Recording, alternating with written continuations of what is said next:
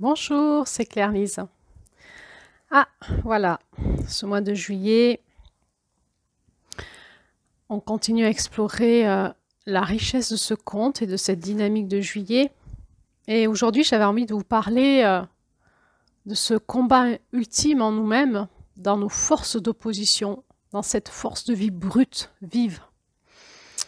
On a vu dans ce conte de juillet toute cette belle dynamique au démarrage du conte, où tout est beau, tout va bien et tout est parfait. Et on voit que quand on vit ça dans notre vie, c'est une forme d'accomplissement. Si on vit ça, c'est qu'il y a des parts de nous qui peuvent le faire passer dans la matière, et du coup, on est accompli dans ces parts-là. Et donc, on peut vraiment s'épanouir et exprimer au monde tout notre potentiel. Et on voit cette femme et ce couple, hein, et cette famille qui est dans un potentiel d'amour et d'unité ensemble qui fait envie. C'est beau, ça, c'est inspirant. Ça. On se dit, ils ont trop de la chance, mais ils n'ont pas de la chance.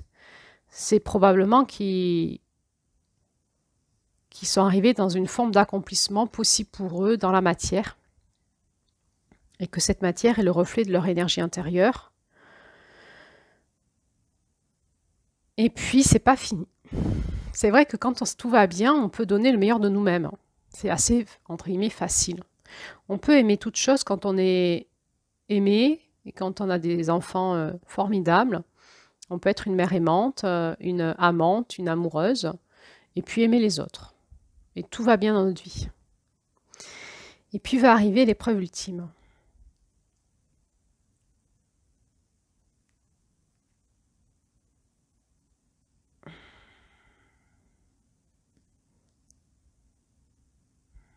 Comment je peux intégrer ça quand l'épreuve est là aussi, quand ça va mal? Quand ça va bien, ça va, je peux le manifester au monde. Et quand ça va mal, est-ce que je peux continuer à le manifester au monde? Et du coup, cette force d'opposition qui va arriver. Vous êtes unis, la séparation passe. Et c'est comment dans ces cas-là? La force d'opposition qui vient se manifester. Et ça, c'est de la vie. La vie, elle est faite de deux forces d'opposition permanentes. Et l'intégration des oppositions, c'est l'unité. Hein. L'unité, c'est intégrer nos oppositions. C'est de devoir passer par l'expérience des deux forces d'opposition pour les intégrer en nous et se retrouver unifiés.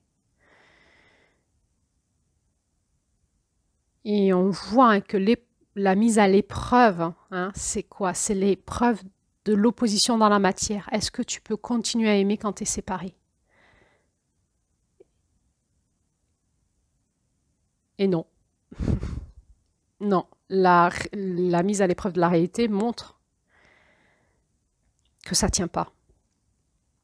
Et que on va manifester l'inverse.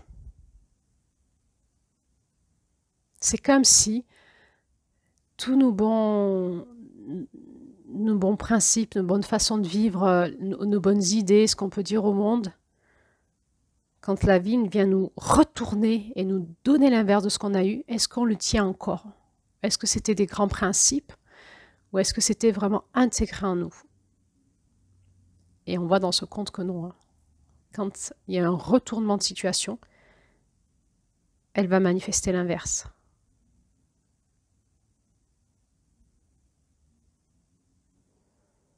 Avec toute cette traversée de son ombre, elle a l'ombre qui correspond à sa lumière. Elle est celle qui est porteuse d'amour sur terre et elle est celle qui est porteuse de la blessure de non-amour et qui peut se détruire et détruire les autres. Avec cette blessure-là aussi. On est toujours porteur en nous de l'ombre de nos qualités. Mais c'est normal, hein, c'est pas un problème.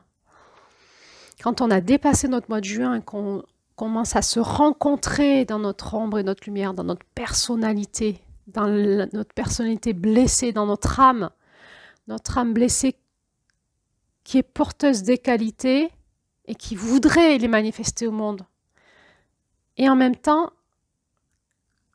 qui est porteuse des blessures de ses qualités et qui ne veut pas vivre ces blessures-là. Donc on va être dans ces deux parts duelles en nous, on avait vu ça en juin, on va être dans ces deux parts duelles où on va rencontrer cette opposition en nous de je veux pas, je veux pas.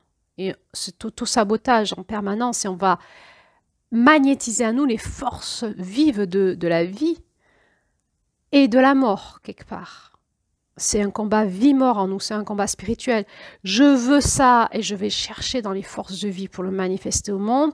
Et en même temps, je le veux pas parce que je suis blessée. Si je l'ai, je risque d'avoir très mal. Et du coup, je vais chercher les forces d'opposition de l'ombre pour le détruire. Et ce combat, il est en nous.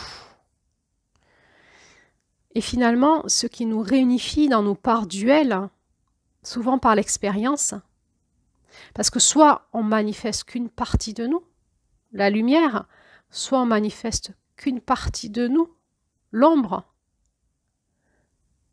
Et patatras, on était lumière, et patatras, on passe ombre. Et patatras, quand on est ombre, on n'en peut plus, on se dit, il faut repasser lumière. Et on est constamment en train de jouer notre dualité intérieure.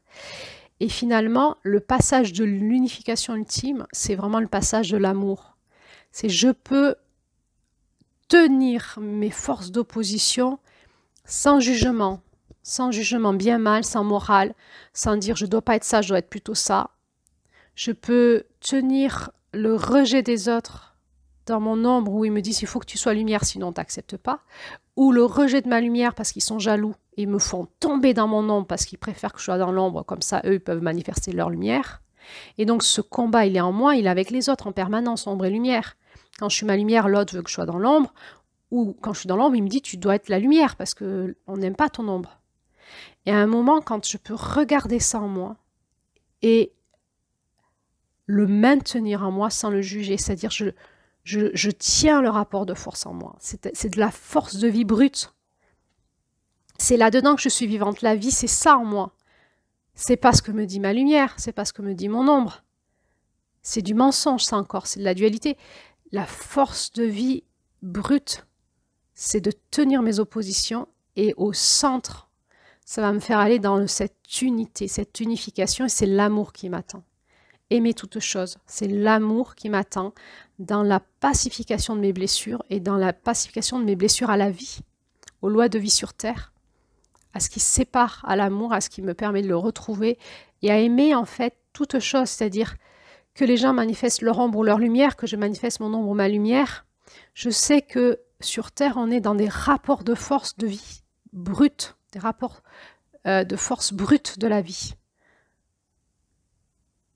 Et que chacun est en train de vivre son combat intérieur, ses rapports de force, et que nous le vivons ensemble. Et quand je peux tenir ça dans mon centre, sans jugement, mais dans une écoute intérieure, celle de mai,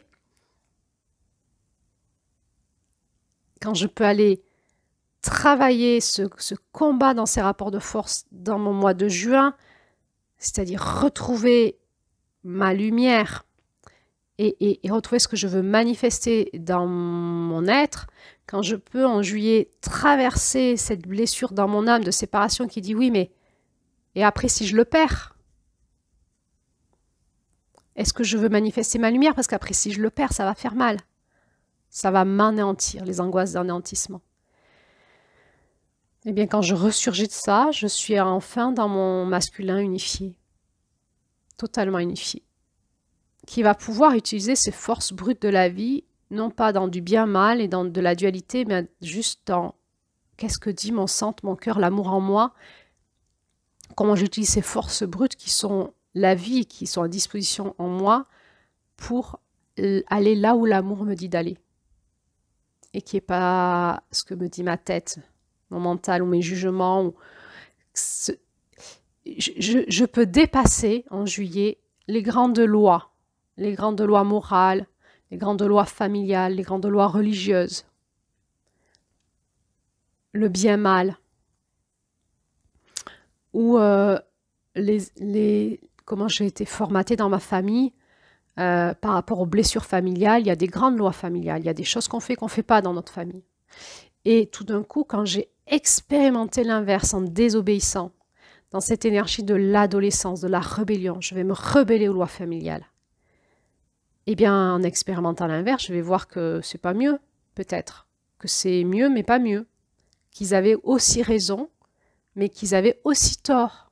et que en expérimentant l'inverse, je vois que l'inverse est aussi vrai sous un autre angle de vue.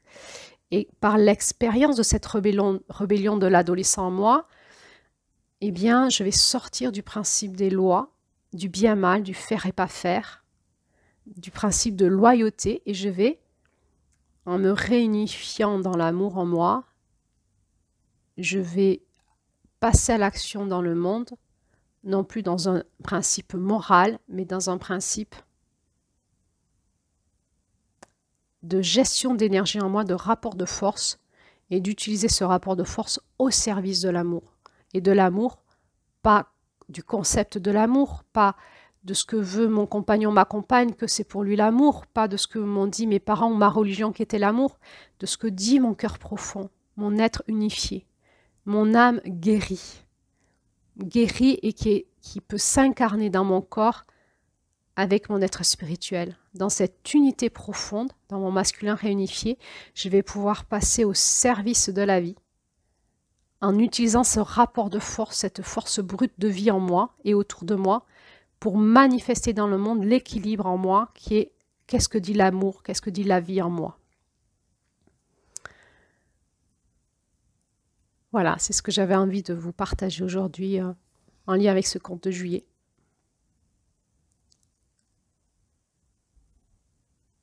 C'est tout un chemin de confrontation à soi-même, à ce que l'on vit. Et c'est vraiment rechercher la voie de l'amour en soi. C'est vraiment un chemin initiatique, l'amour. Pas simple, parfois brûlant. Et il y a des étapes. Quand on a passé les étapes, on va déjà mieux. Et quand on a vraiment passé les étapes, on est guéri. Et on peut vraiment manifester l'amour dans sa vie. Alors, j'espère vous encourager, vous dire il y a des étapes. Et on peut y arriver, vous allez y arriver. Il faut avancer. Et c'est OK quand ça secoue. On continue, on avance. Il y a des étapes. Et j'espère que le référentiel de cette roue peut vous aider à avoir des repères intérieurs pour savoir où vous en êtes et vous soutenir dans votre chemin de foi, dans votre chemin de... Il faut avancer, il ne faut pas rester bloqué. Il ne faut pas se figer, on avance.